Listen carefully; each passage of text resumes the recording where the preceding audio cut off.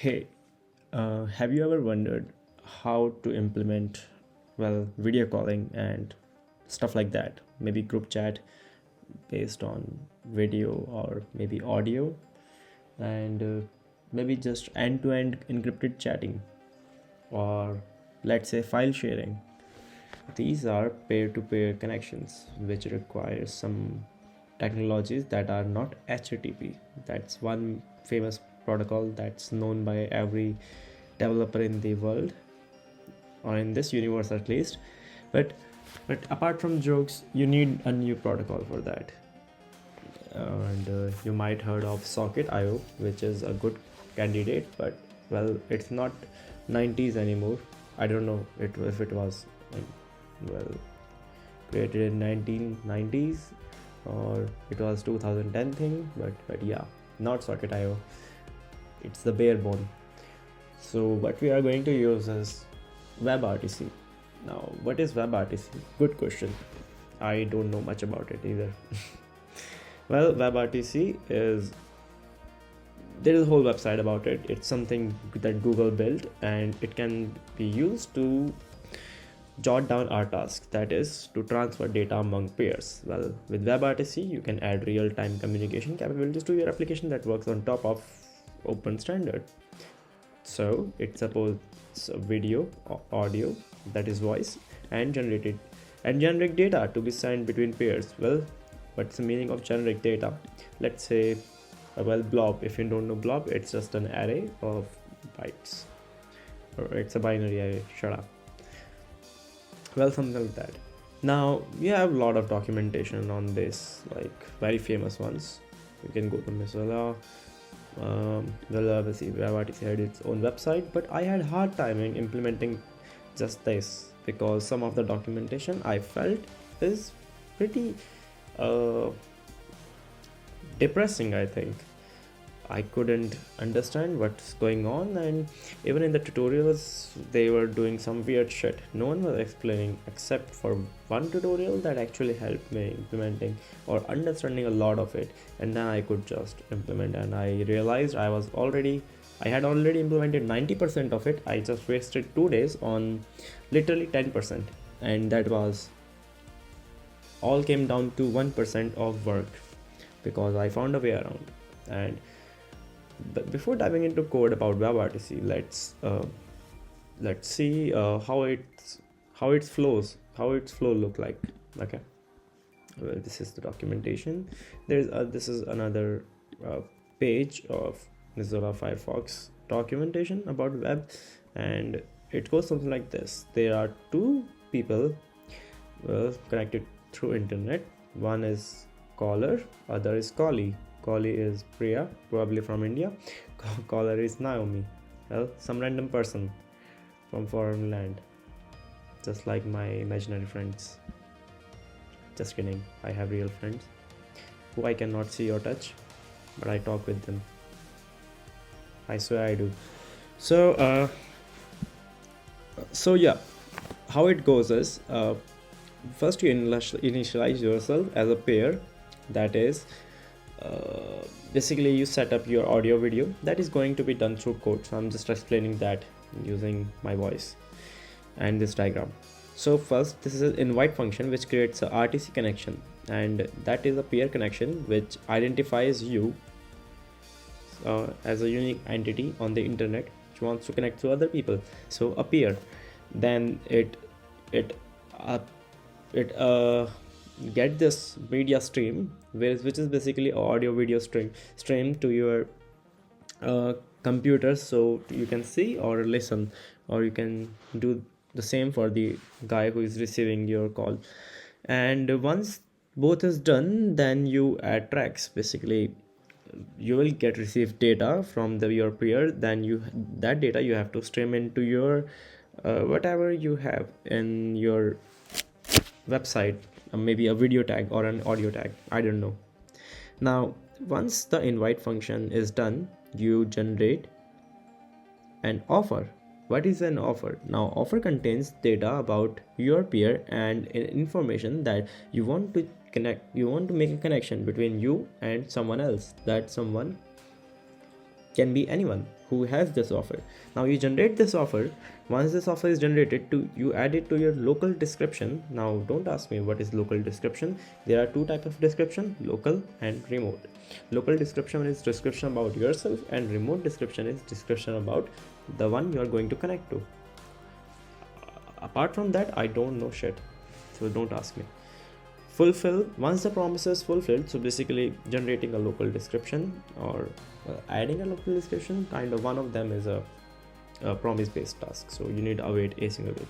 Once this happens, you will get a offer. Now offer is a huge actually it's short, but in the scheme of things it actually gets bigger.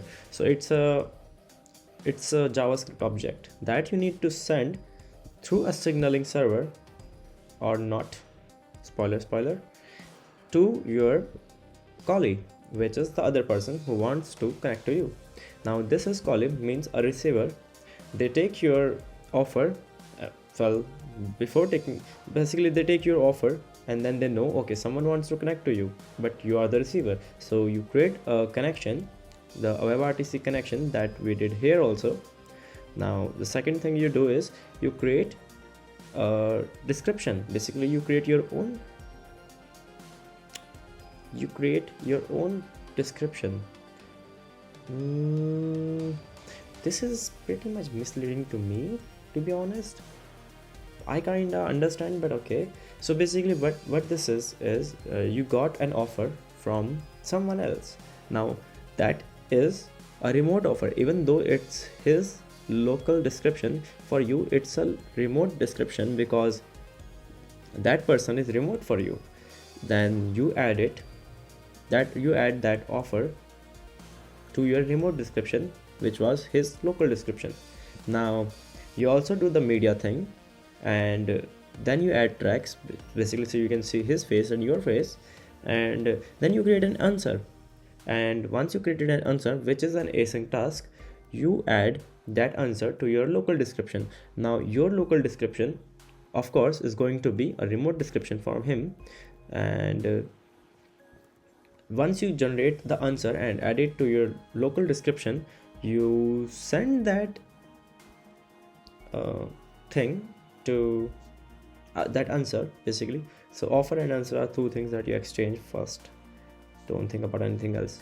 To the caller again.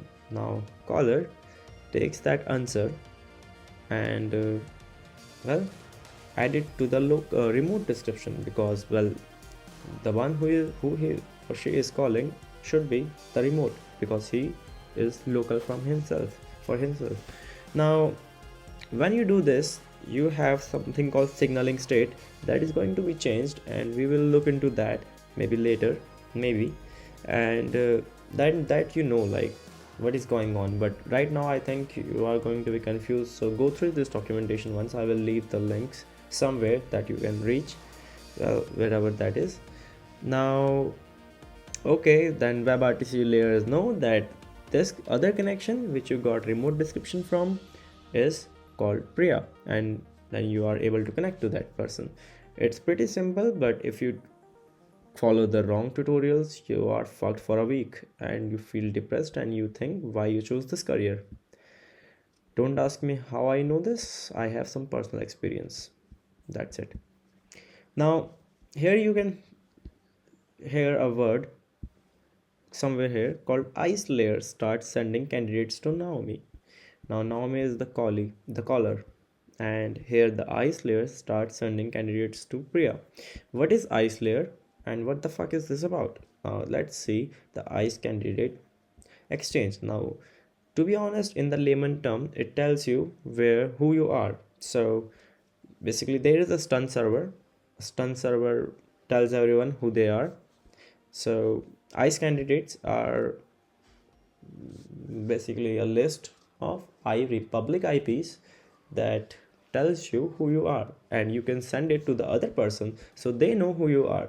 So even if your IP changes, that's how I understand it, but maybe I might be wrong. Who cares? So if your IP changes, the other person will know and reconnect to that one, and your flawless video call or whatever transfer you are going on won't break. Now see, the it generates ice candidate every once in a while, so there will be a bunch of ice candidates that will be generated at the starting of when you when you create an offer and when you create an answer. At both of time, the ice candidate will be generated, and maybe later when you change your network or something like that. Now that's the whole process in a nutshell. You don't have to think about ice candidate. I found a hack kind of, so you don't have to deal with ice candidate. You just need to take this offer, give it to answerer, and take the answer from the answerer or the callee, and give it back to the caller, and that's it. That's all you have to do. Now let's get to the code, I think. But if you still didn't understand, this is caller, this is callee, this is stun server, this is a signaling server. Now caller has offer as local description, okay, and callee has answer as local description. And one more thing, he will get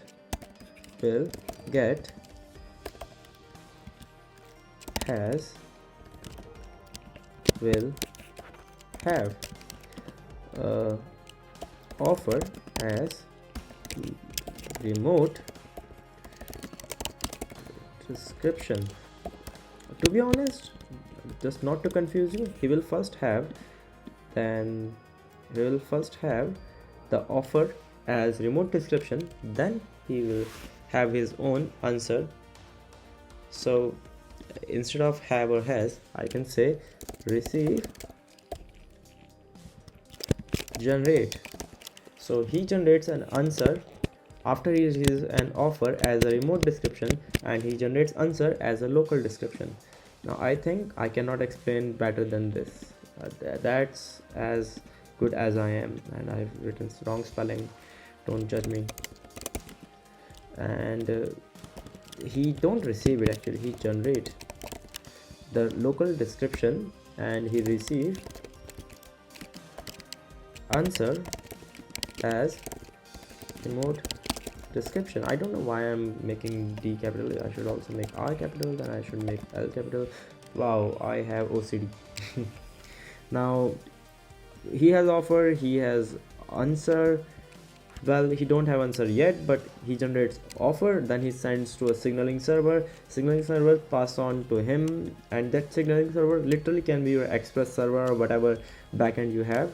So that is just for taking this offer and sending it to this guy.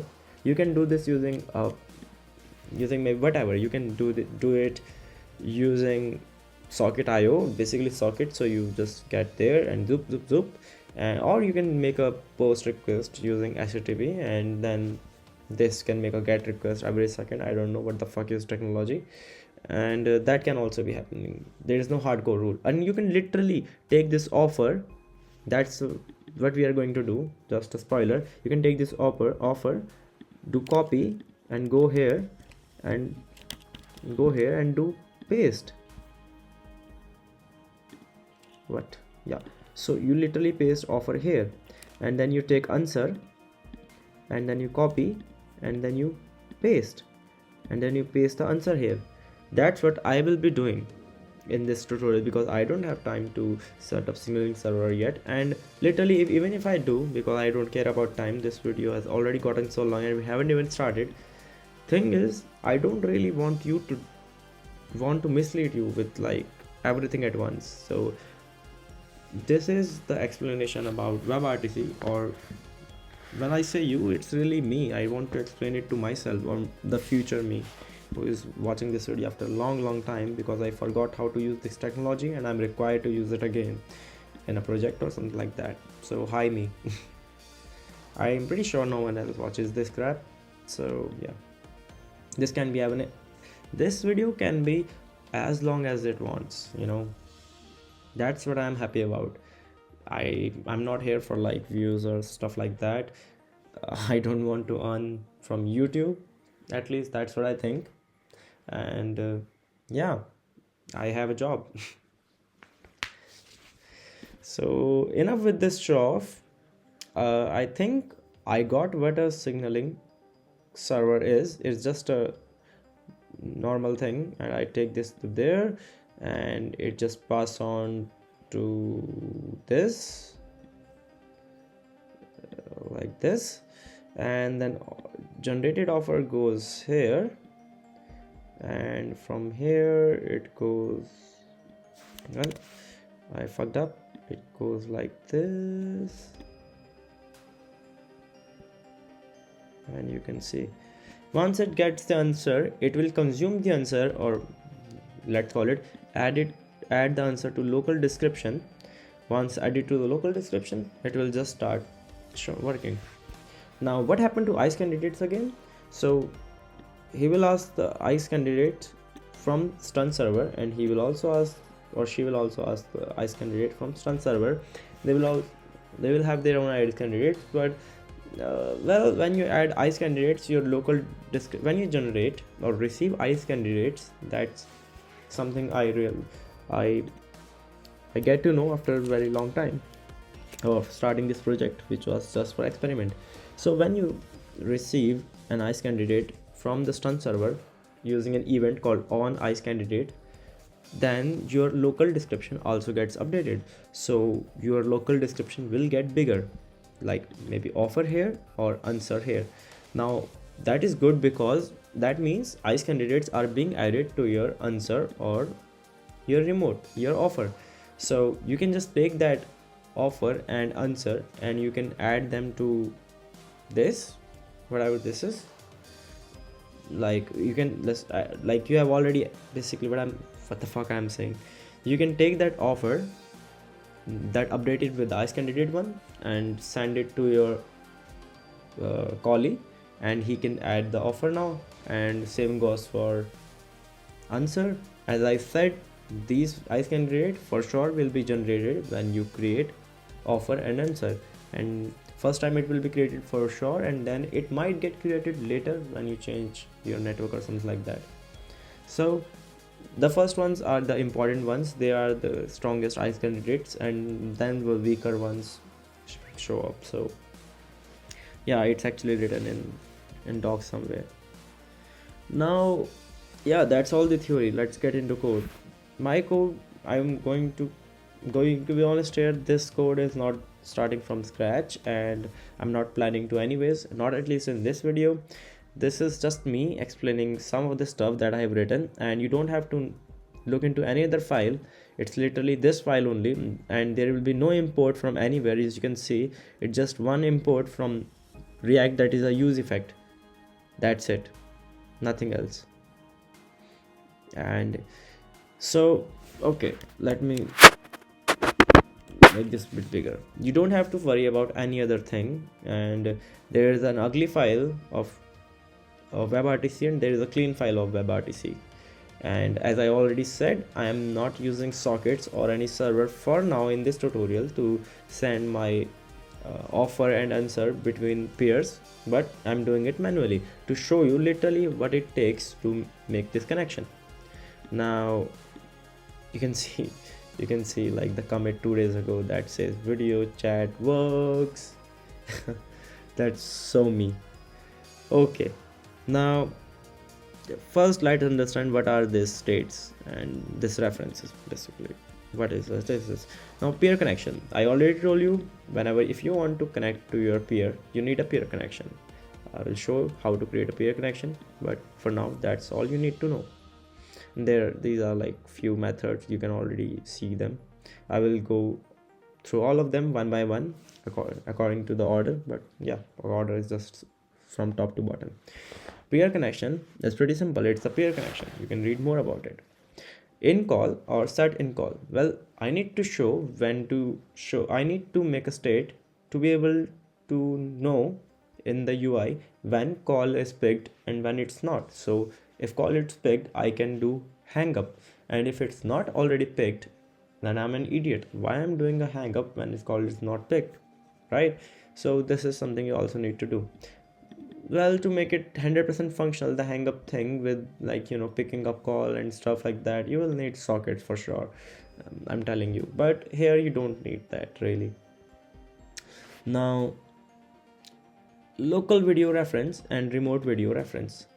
Now, if you go to this code, you will see two video components. Now, local video reference is basically your video, and remote video reference is video of someone else. Now, this video says that video that is coming from the person you called, and using peer connection. Of course, local video is your video that is going to be shown to you here, but also going to be shown to someone else who is sitting somewhere, whom you're going to connect to. So these are two video references, so I can update these in real time when I receive and send video. That's what I mean. Pretty simple, huh? Then offer and answer. Well, you will set your own offer, you will receive an answer, and as of receiver, basically this code represent offer as well as caller as well as answerer who is calling. I might use the term callee, answerer, or receiver, so don't get confused. Okay, let's see. First thing I do is use a use effect. What does it do? It calls a peer connection, which is create peer connection. Now in the create peer connection, all the comments are here. First you do is set up local stream. Now this means you get access to your camera, like audio video, and then you start just streaming your audio and video in your local. Well, you get data from your camera, which is right here on the top of my MacBook, and your microphone, which is somewhere. And if audio is false, means you don't need your voice to be heard, you just want the video to be shown, and that's fine because it's a POC. And then update video stream in DOM. So I got the local stream using my camera, just hoping my access are there for using camera in this website, and then I just assign it, and that is fine. Now this is done. Then there is a create peer connection, which is this RTC peer connection constructor, and you can read more about it. You can hover over it and read it. It's connection between a local computer and a remote peer. It provides a method to connect to remote peer, maintaining and monitor the connection, and close the connection once no longer needed. So basically this is source of truth. You need to save it somewhere because you will need it to hang up, you will need it to reconnect or whatever. I'm not going to cover reconnect, but I know. So once you have a peer connection, basically your own connection for peers, then you call this function, which is nothing but a debugger. Let me show you what this function is. So it attaches listeners to this peer connection, which I'm just passing after creating. That is ice candidate state change, ice gathering state change, I'm sorry. So this is the description, and whenever this event hits, it will show you the output. And same goes for some more connection state change, and signaling state change, and ice connections state change. Now these are 4 events that is going to be hitted again and again, not by me, well, not by me of course, why, but will be useful to keep track of what is happening in this application. Now create remote stream. After creating a peer connection, you need to create a remote stream, which is new media stream. Now this is an empty object, it doesn't have any tracks. Now to create a video or an audio, you need a set of tracks. Okay, I don't know more than that. This is an empty constructor with no tracks. Now you add it to your reference, and you can add the tracks later, don't worry. So if you have a local stream, you get the tracks, and you add to PC, which is your peer connection for person who is sitting behind the computer in whatever part of the world, or in the same computer. So you take the local connection, and you take each track, you go through it, and you add it to your peer connection, so it will be broadcasted. And I'm checking if local stream is there, and yeah, there is a comment also, push tracks from local stream to peer connection. Same goes for a remote, but the opposite. Pull the track from remote stream and add it to stream video stream, add to video stream, basically in DOM. Now you check if there is a remote stream, and if there is a remote stream, then you add tracks to it. And that's basically it. Now you see, if there is a remote stream, you check if there are like tracks generated, and then if there are tracks, you go through the tracks and you add it to the remote stream. As simple as that. Now you get all the code, don't worry, and you enjoy with it later. Now you set the peer connection at the end, so other function can use it and use it as in the latest state. It's a state. Now peer connection ends here. What do we do next? We do nothing. Now while I run the app first, allow me to. Now I haven't given access to my camera yet. I will do it a bit later. Let me just do it now. And well, if I give access and do restart, voila, you can see my face. Now this is basically creating, this is what it means to create a basically this function is being called here, and all the things here are being executed. Now what do we do next? Forget about these functions for now, and forget about hang up, because that's a way down the line. We start the call. To start a call, we click on this button called start a call, and you see some things are here when we start a call, and the state changes. This is what this function was all about. This register peer connection listeners. So you see the states are changed. It was initially stable, then it changed to have local offer, because as I said here, you generate an offer as a local description. So they say have local offer. I'm not writing it, it's literally the state that is changed, and this is the name of that state now.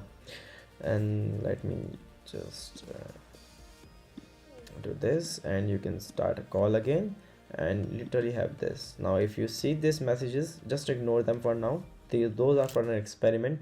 My server is not running the backend, so the sockets are dead, so it is trying to connect to socket again and again using a React context, but I'm not allowing it to because server is again dead.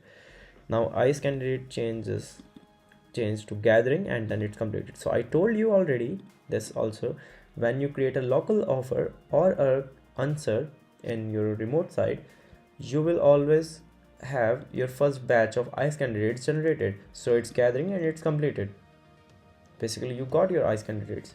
Now, well, if you want, I can print them, but it's pretty much just a array of data, or just a particular data you need to put in an array.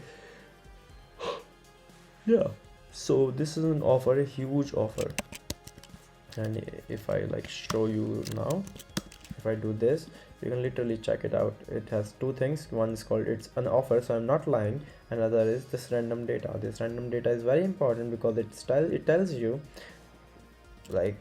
what the fuck is this, all the things about this computer where you're using it. Now what else? These are two, by the way, you and the peer who are going to connect to you, sorry. Now you start a call. Let's see the function that is being called. So in the UI there is something called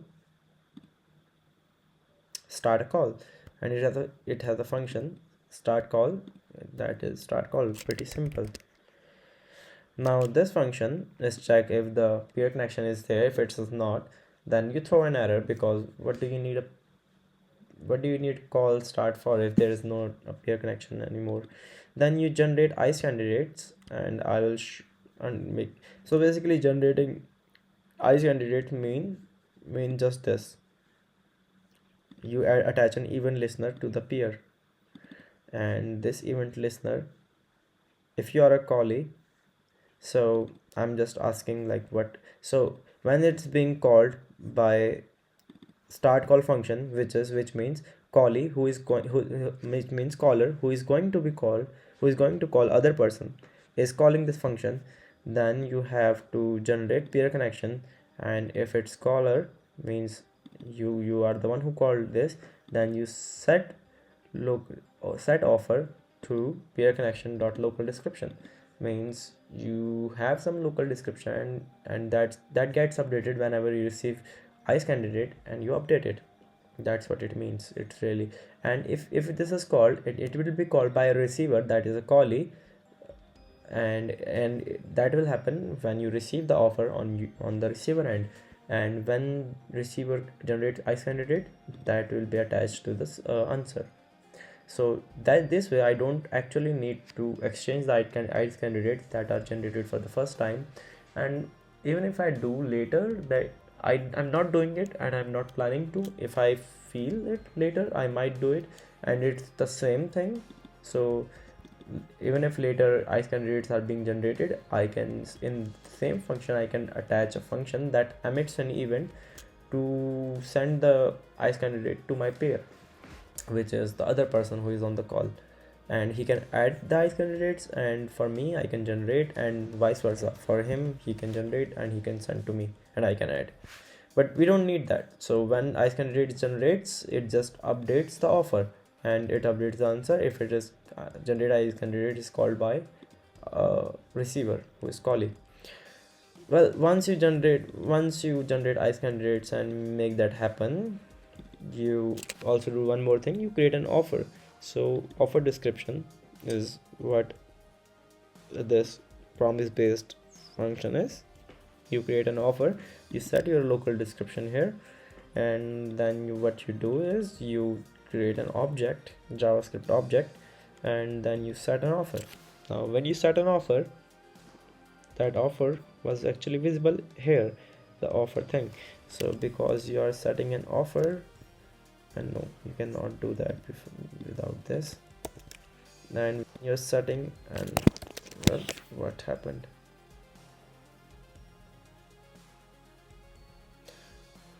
Peer connection is not available. Did I make some change?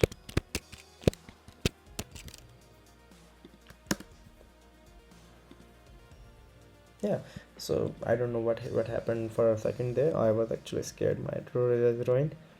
Now when you generate an offer, you see this big blob, and that is because you just set the set offer thing here, and if you go down the code, you will see this thing which says offer, and it says on answer. That is, I believe this answer is fine, and the value has, if the offer is not null, you just unstringify the offer, otherwise you show this. Pretty simple, huh? So I stringify the offer object and show it here, so I can just copy it, paste it to answer dialog, and well, answer dialog of receiver. So what I'm going to do is I'm going to go to a new tab, and I'm using this tab as receiver. So in the both face screens I will see my own face for now, but yeah, in a bit I will do an experiment and show this, that like call is happening from browser and I'm picking it on my phone. So I'm just not tricking you, it's really working.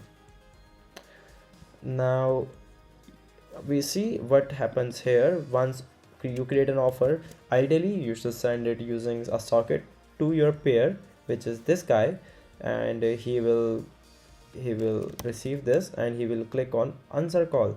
So for now I just literally pasted it from here to here, but that thing should be done using a server that is called a signaling server, but you don't really need it because I'm literally myself manually working as a signaling server.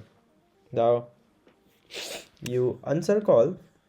When you answer a call, you generate answer, and you see this is literally an offer, and you can then click and paste it here again. Now that's, and you can click on this button, but that will be making jumps while between the tutorial. That is bad.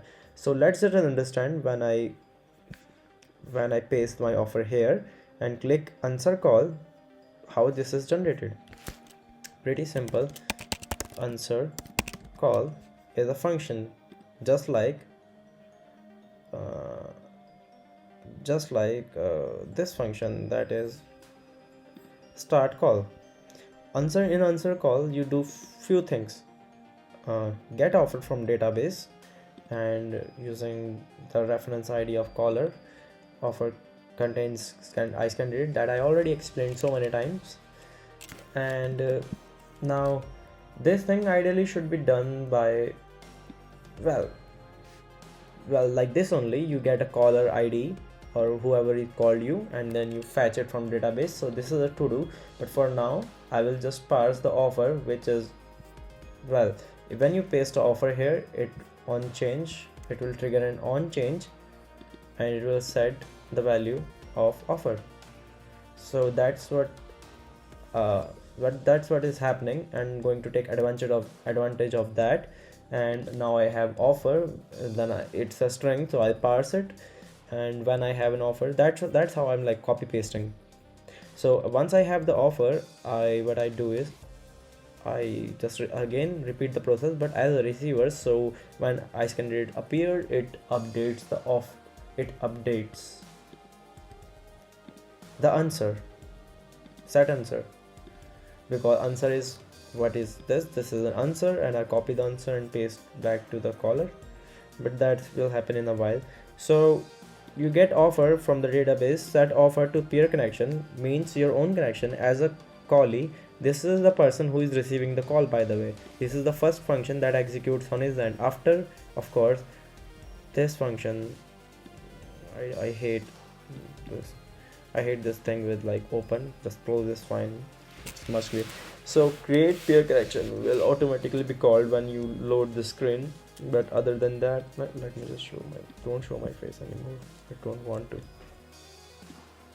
So you have a peer connection, even if you are a receiver. Now you just call this function called answer call, and you have the offer, which I just pasted literally, and you set the offer to your peer connection as remote description, and that I already explained. And then you create an answer, which is local description. Set answer to peer as local description, and store answer in database call to child ref. Well, to be used by caller to set remote description. That is so true. Thank you, Google GitHub Copilot. You are really my copilot. Now so this is the function that is being called to, well, get the offer, and I'm doing this trick to get offer for now. And once you have the offer, in future it will really be promise based, but for now it is not promise based, but I literally wrote a async, so I'm a liar. Now you get offer, you use the RTC session description to parse the object that you got into an actual offer description, that you can add to your set remote description function to your peer connection. So this offer you take and you parse that offer, so you know that offer is correct and it doesn't make sense, and do whatever with that offer. Then you get an offer description from the offer. Now you have offer description, then you set remote description of your peer using this offer, and then you generate an answer description, and which is a promise based function, by the way. And then you set your local description as the answer, and then you have this answer object, which is beautiful, and then you paste, which like your answer is created. Yeah, see, answer is created. I created it a while ago, so here it is, answer created. And it again did gathering, and then it did complete, and the connection state changed to connecting. So this is connecting, and basically that's what it all do. It just sets the state. And now if you come back to this area, wait, where is it? So this area, there is a text area with value as answer, and if you unchange it, the answer gets updated. So I'm not on changing on the client, on the receiver end, it's just happening on its own, and I'm copying it. And I don't know, it has been some time now. Now you paste it here and you click on answer, and you doing this on the callee, on the caller end again. So caller end initiates the call, and the last thing that is on call should also be done at the caller end. And of course this transaction is also going to be happening through a signaling server and not by you just like copy pasting stuff. I hope this is as clear as it was in my head to you guys, because literally this is the best way to learn WebRTC and how does it work. And I may be wrong in some parts, but this is the best that I can do to make you explain and make myself explain. So this is caller side, literally the receiver side ends here. Now let me do one thing. Hide my camera again and reload this, and you again see beautiful me. Now as I showed you, I do this and paste this. Like, let me just copy in front of you, copy, and I do right click and I do paste, and I answer the call, and I do Control A, and I do copy, and I click here, I do paste, and then I click on answer, and then we show then this is me, and this is the me from this browser, and same goes for here. Now I answered the state, right, and it was from connecting to stable. Now you can do one thing, when the state is connecting you can show a loader here or something like that. Same goes for this place. This is connecting, and this is now saying connected. So you know the state changed, you have something on your hand. Now the important point is, how does this happen? The last part, it happened on the on answer thing, which is triggering on the callers end. So answer side contains only this one important function, which takes the offer, set it as remote description, and on the caller end you do two things. You initiate a call, and you call this function once offer is received from caller and answer is created and sent back to caller. Offer is received from caller, well, to callee, yeah, and answer is created and sent back to caller. Now this is, well, I updated the code, so states must have been reset, but you see that it is working, right? So on answer, what this is, so on answer is caller side function, this is answerer side, and this is again caller side. It is offerer, it is answerer. So once the call is answered, you will call this function, and so to make a call happen, you call this function. So it again checks for a peer connection. It's a very small thing. So you see, once you do this here, you have your remote description added. So just to make sure that you don't add your remote description multiple times, you check if there is a current remote description, and if there is, you do this thing. Well, it's in the wrong state because the states have been changed. So let me try this again to show you. I will show you how to make actually this happen. So this is pretty easy. If you get the offer, you paste it here, you get the answer, you paste it here, you do this, and now signaling, everything is done. Now if you try to do this again, it says remote description already set, because we set it at the first time. And now if I do it again, it will throw an error. I don't want my code to throw an error and crash, so I return it in this place only by showing this thing. And of course in your application you just need to create a call, and you need to answer a call in the caller side. This thing will happen through sockets. When you receive the answer, well, I'm receiving manually, so I'm triggering this manually. But almost every time when you receive the answer through a socket, or for your offer that you send through a socket, when you receive an answer, you trigger this call and pass your answer to it, and that will make your connection happen. So you don't have to do this three-way, but it happens three-way. You should know that it requires three steps and not just two: call, made, and call received. It doesn't work like that. It made call is made, a call is received, and then you again acknowledge that a call is received. So that's how it happens. It's a law of nature. Now let's see. Answer description, new RTC connection. So you take that answer from this end and to this end, and on answer you take that answer and you pass it to this RTC session description function, which is a constructor of a different class. So one end of a connection or potential end, and how it's configured. Okay, and RTC description consists of description by indicating which part of offer slash answer negotiating process it describes, and of SDP descriptive of this session, whatever that is. Now what it is doing is taking an answer, it's taking an answer or an offer in its prop or property, as it's a property, and it's throwing back an answer description object, which can be parsed by remote description thing or a local description thing if you are in receiver's end.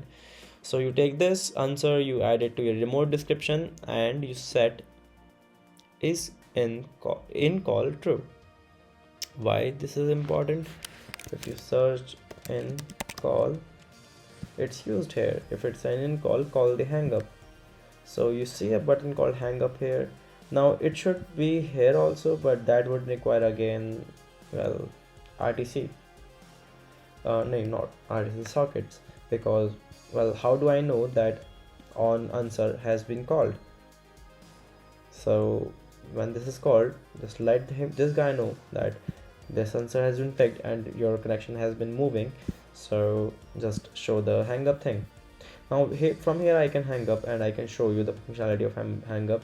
Before this, I am going to show you the code of hang up. It's pretty simple. Now all the other things I've already showed, and you again check if the peer connection is there. If it is there, peer connection dot close. Now before this, you can also check the state of, well, the signaling state of peer connection. It should be stable, or should say connecting, whatever the optimal is. You do peer connection close, and you set it to false. You set local description null, you set answer null. Now if I hang up, you will see this is gone, this is gone, this is gone. Now when I hang up, I should also let the other guy know myself, or maybe WebRTC will trigger an event again. So yeah, when it says disconnected, just, well, you see this thing has been freezed. It's for the peer connection, well, disconnection, meaning the call has been ended. When it's ended, you just, so when it's the state is changed to disconnected, you should call this hang up thing here also. This will be cleared, this will be cleared, and this will be cleared, this bad ugly face. Now this is all that is to the WebRTC for video calling, just a simple connection. Now you can do in the fancy way, that is, well, I already have everything like code and setup for it. You can see there's a context called well, socket. You initialize the socket to backend server, and I will show this code like in detail in the next tutorial, maybe when I will make RTC work with signaling server. And this is going to be my signaling server, which has blah blah blah the code in it, and it doesn't work 100% right now with signaling server, because I was just testing WebRTC, but I'm pretty sure it will work now, because now I know what the fuck I'm doing. At that time when I was doing this before, I didn't know what I was doing, and I was just following some random tutorials by some random guys, or going through documentation, which was also just random things or random words thrown in the internet in a file. Not kidding. Well, yeah, so in this video my face is revealed. Well, that you can already see through internet so many times. I think I should have showed you this working through mobile, but I'm too lazy and too tired right now, so I will just leave this tutorial here only. Now before ending, I want to show you this meme. This is very good. Thou code shall not work. All right, I'm going to end it here. Bye bye.